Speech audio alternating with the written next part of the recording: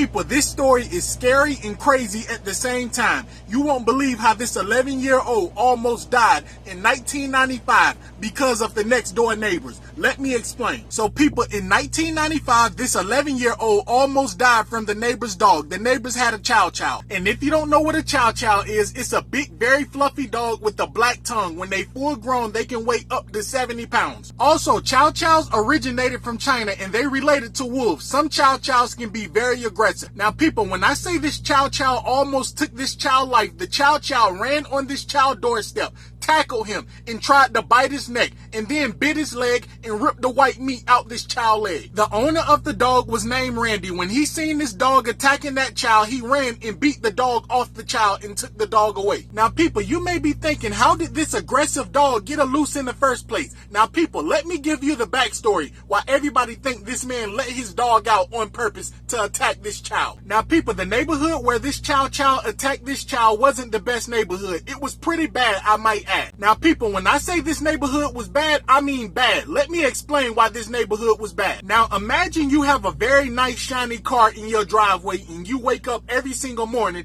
and you have eggs on your car. A bunch of kids threw eggs at your car. People, in this particular neighborhood, it was a large group of kids that would get together every night at 11 o'clock and they would get a bunch of eggs and they would go around egging everyone's house and everyone's car. They will always target the homes with the nice cars in the driveway, like the Mustangs, the Mercedes, the BMWs. Also, imagine you sleep at night and you hear someone trying to break down your door and then you run to the door and no one is there. The kids in the neighborhood would kick people's doors and run. They thought it was very funny. Now people, you may be thinking, what do this have to do with the chow chow? It have everything to do with the chow chow. Let me explain. Now people, this man kept his chow chow inside his house at least 80% of the time. 20% of the time, he would leave his chow chow inside the backyard, inside the fence. So anytime this man leave his chow chow inside his backyard, what did these bad kids do? They would throw food over the gate. They would throw candy bars, all kind of stuff the chow chow shouldn't eat. Now keep in mind, the chow chow was very smart. Anytime they would throw candy over the gate, the chow chow did not eat the candy. The chow chow would start barking at the kids, very aggressive. The kids will also throw sticks and rocks at the chow chow. They would not leave that chow chow alone. So people, in 1995, on a Thursday at roughly 4 o'clock, something very strange happened. A large group of kids was gathered at this man's neighbor house. The kids that be egging everyone's house,